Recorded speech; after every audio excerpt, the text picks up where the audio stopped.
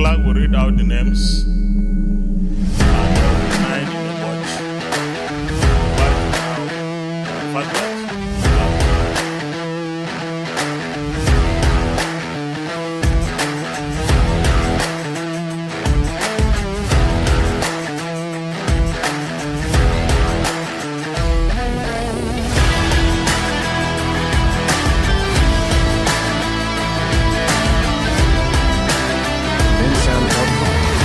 A wonderful evening to you. We're delighted that you're joining us here on Parliament and Governance on Independent Television. We're in Benin City, Nigeria. I am Uyi Agumofwegbe. This week, we want to take a quick look at a bill that is right in front of the House of Representatives, which we understand has gone through second reading. The bill seeks to create an environment where independent candidates can vie for any office in this country, any office, it says.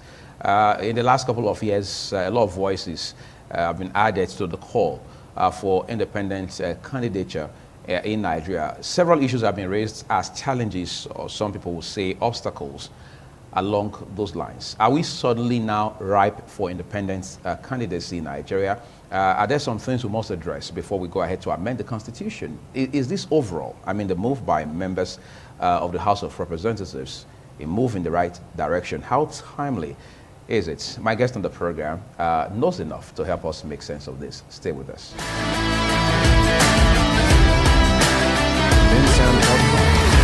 It's a delight to have you stay with us on the program. I'm joined by Honorable Fred Uyigwe. He's an economist and a politician. He's here to help us make sense of these developments as it unfolds. I know there are many politicians across this country. First of all, it's a pleasure to have you on the program. I thank you very much, Mr. Uyi, for having me. Across this country, we have people, even young persons, saying we cannot continue to have this big money politics kind of system. Let's break the jinx. Let's have some level of independence in terms of candidature. When you look at it from that standpoint, would you say this is a timely bill? Yes, of course it is timely. I would say that it was timely at the very onset of this new dispensation of democratic practice in this country. It would have been best to start it right at that time. But now we're here, having suffered the absence of such a privilege or such a right. I think we should be grateful that now it is being considered, because it's going to, for one, deepen our democracy. It's going to greatly improve it. Okay, and what really has brought us to where we are, that makes it even more imperative now, is that the cost of electioneering has become so high, and it's not supposed to be like that, especially ballot access. Ballot access being the ability to get a candidate to feature in an election or electoral process. Okay. Again, I would like to refer to the United States, which is the Constitution and the practice that we are copying or emulating. The presidential system of government. In the United States, to run for the position of a president, for example, costs only $500. That's all paid to the state secretary. That's the paid in the office of the Secretary of State to the United States, $500. Okay.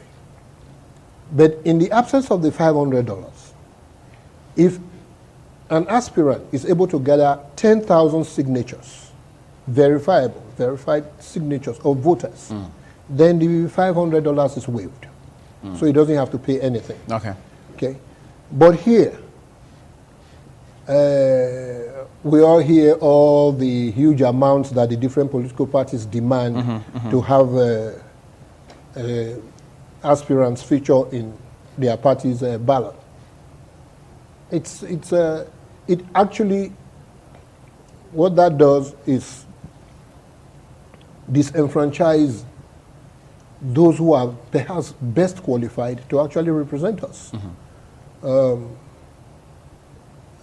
it's only a gambler or somebody that has actually maybe stolen, looted the nation dry, looted some public funds somewhere, that will risk the kind of monies that the political parties demand for participation in the process. The last one by APC for presidential election was $45 million, 45 million naira. It's outrageous. PDP was 25 million naira for presidential elections. And for senatorial elections in both parties, it was around 10 and 20, 10 for PDP and 20 for APC. Those are outrageous amounts. A lot of people believe that if you have to pay that much money to even contest, then in all likelihood, such winners will go on to embezzle them or loot the treasury. Because somehow the goal should be for them to be able to recoup. Yeah, exactly. And then when you now begin also now to think about the entire contributory process, financial contributory process of supporters, it's the same problem you run into, especially where you have, as we have, two political parties with money bag supporters. Right. And if you have money bag supporters like that, many of them consider it an investment in the process and expect to get not just a return of their investments, but a return from their investments, a return on their investments. Right. So these are some of the factors that we must look at. But now, since we are they are talking about, or they are about to pass this bill to allow for independent candidature, it's a welcome address because it's a welcome a welcome development. Because it is inconceivable that the entire population or the entire electorate will fall into the two ideological divides that we are supposed to have now. Right.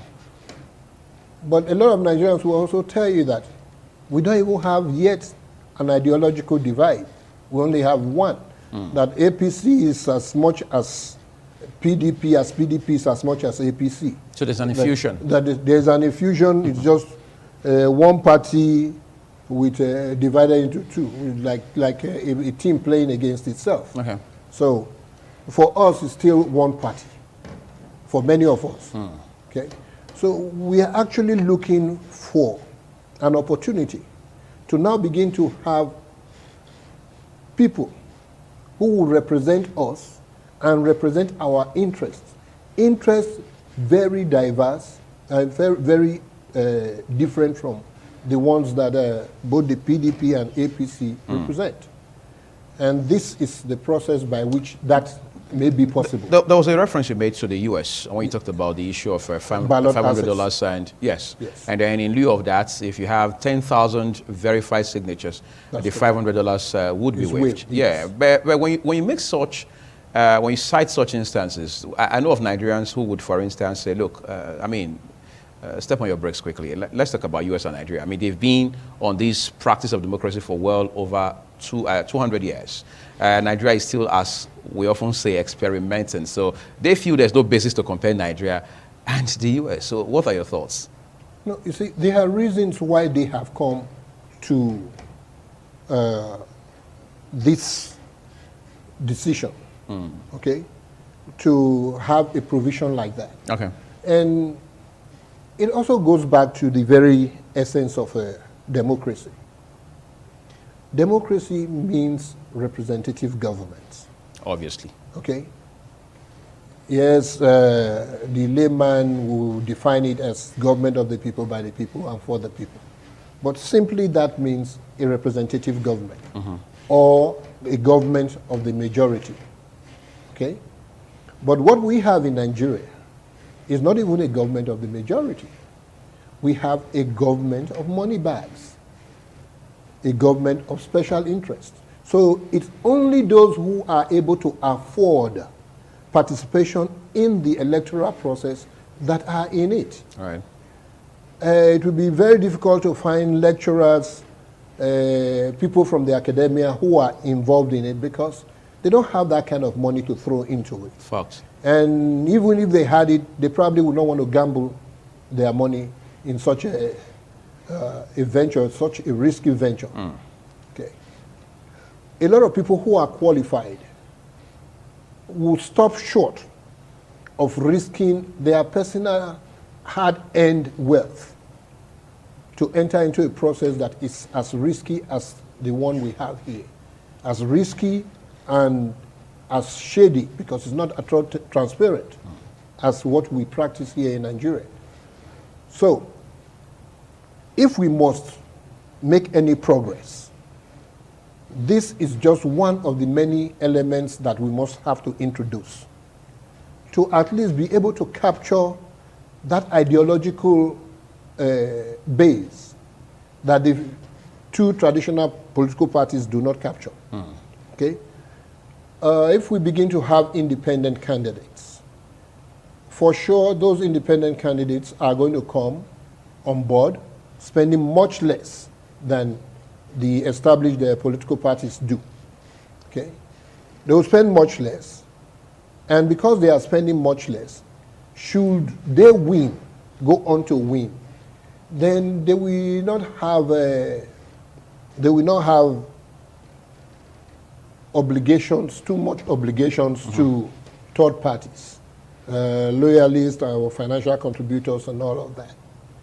And they can be better held accountable for their activities. Okay. Okay? The independent candidates. Okay? Or elected officials when they become elected. Because now they are not part of this complicated, this complex party structure, right? Party structure, exactly. Because then those in the, as you described it, complex party structures will now go all out to really do what they were supposed to do, which is to keep the independent elected officials on their toes. We have a number of things to talk about quickly within the limited time that we have on our hands, but we want to take a quick break at this point. So we're back. Honorable Fred Uigwe is still on the program to help us straighten out some of these issues. Stay with us.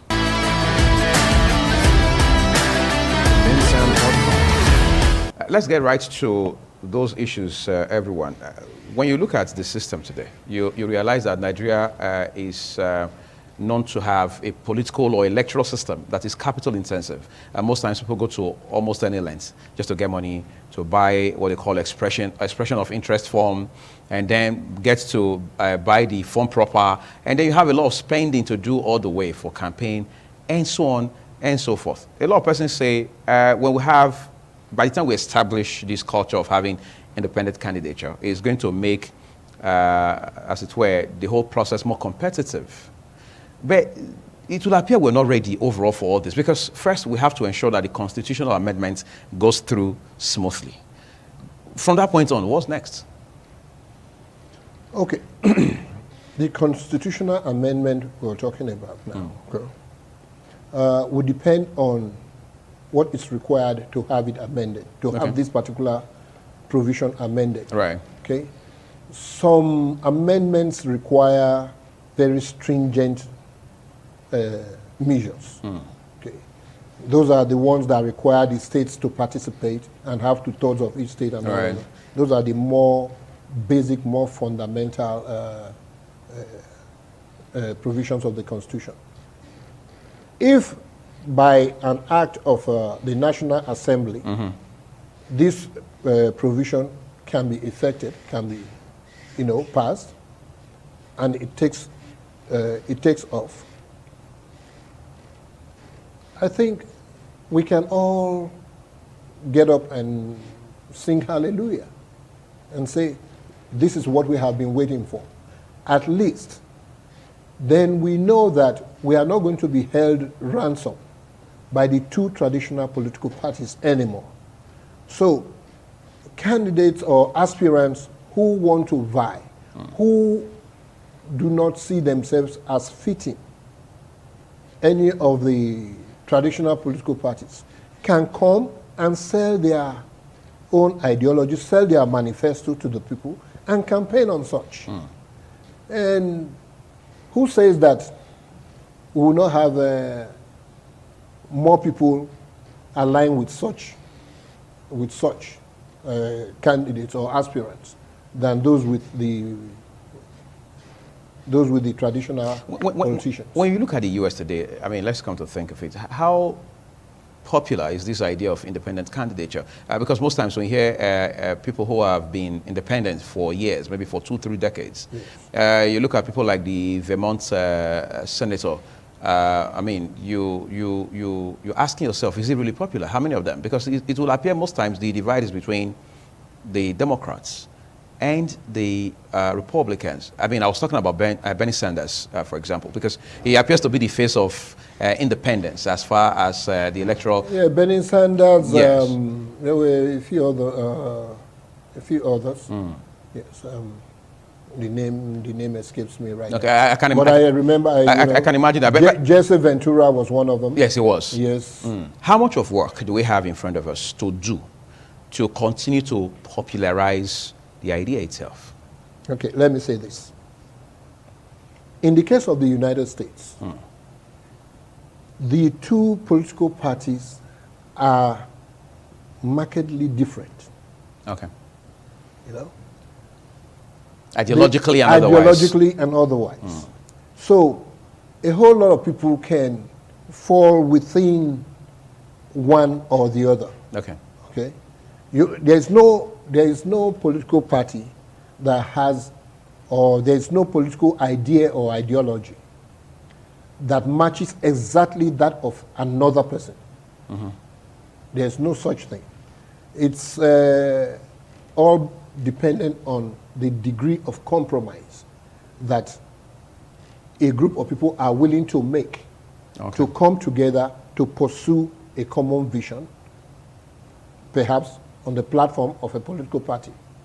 Okay.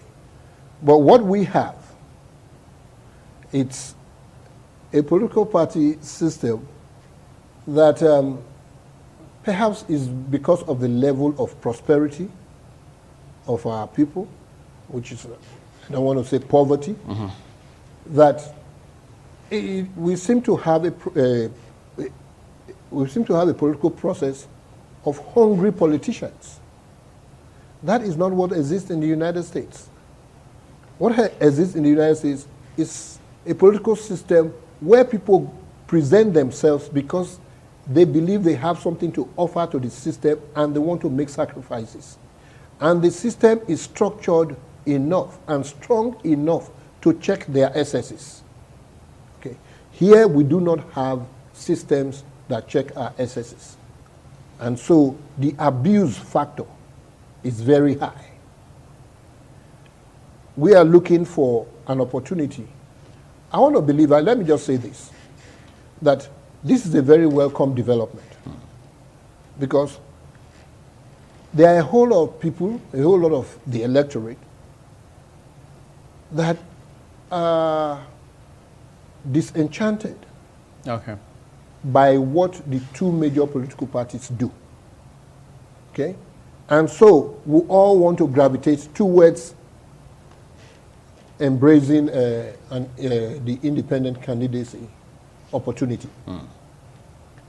When that becomes the case, then it will begin to act as a check on the traditional political parties. Because what we are talking about here, let me just encapsulate it in one word: competition. Competition is always good. The more, the better for the consumer. There's also the fear that because we already have, as it were, an established system, deeply rooted system, driven by money, driven by greed, it's going to be a piece of work for people who are going to turn out to be independent, I mean, those who will end up as independent candidates to win this battle, or to even find a spot for themselves on the scene. Because they are saying you already have a number of politicians, you have political parties with so much of resources, regardless of the source, for example, who will put up a strong fight against the idea of having independent candidates. Do you see any sense in that? Of course. You should expect that those who hope to benefit from not going on this route will want to create stumbling blocks. Okay? But they only hope to benefit. It's not there's no assurance of such benefits. That is an electoral assurance or a re-election assurance. There's no such assurance. Those who are there now, who are championing this bill, are doing so knowing that the system that we are operating at the moment is so flawed and difficult to correct because corruption is too entrenched in the system, that perhaps an out would be to create an avenue for independent candidacy or aspiration. Once we have independent aspirants, then the idea of loading up or demanding high amounts of monies from aspirants in the traditional political parties would begin to meet with resistance. Because there are a lot of people who really believe that, yes, they have something to offer. Besides having something to offer, they are popular enough within their constituencies to be able to actually win, but may not have the financial base to do so. I want to read something to you quickly so we can wrap it up in 2 minutes. Here, he says, a member of the House of Representatives, Honorable James Faleke, doubted the capacity of the Nigerian political system to accommodate everyone that may wish to contest, as it would be enormous for the Independent National Electoral Commission, apparently that's INEC, to handle, as well as the resulting litigations that are bound to occur. So that's some trouble going forward, isn't it? Okay. Let me say this. It should not actually be a problem. Okay. Okay? When, I think, about 8-9 years ago, aspirants began to show up to run for the United States presidential election. 92 aspirants actually applied to run for that election. But at the end of the day, it was narrowed down to just 2 because the others, they fall out because they are not able to gain traction. Okay. Okay? So again, it comes down to competition. Yeah, it comes down to competition. So what is going to happen is that a lot of people, a lot of these aspirants will withdraw long before they get to the point where they go to the ballot, the general ballot, your general elections. So that is 1. Okay. Okay. 2, there are other measures that can be taken,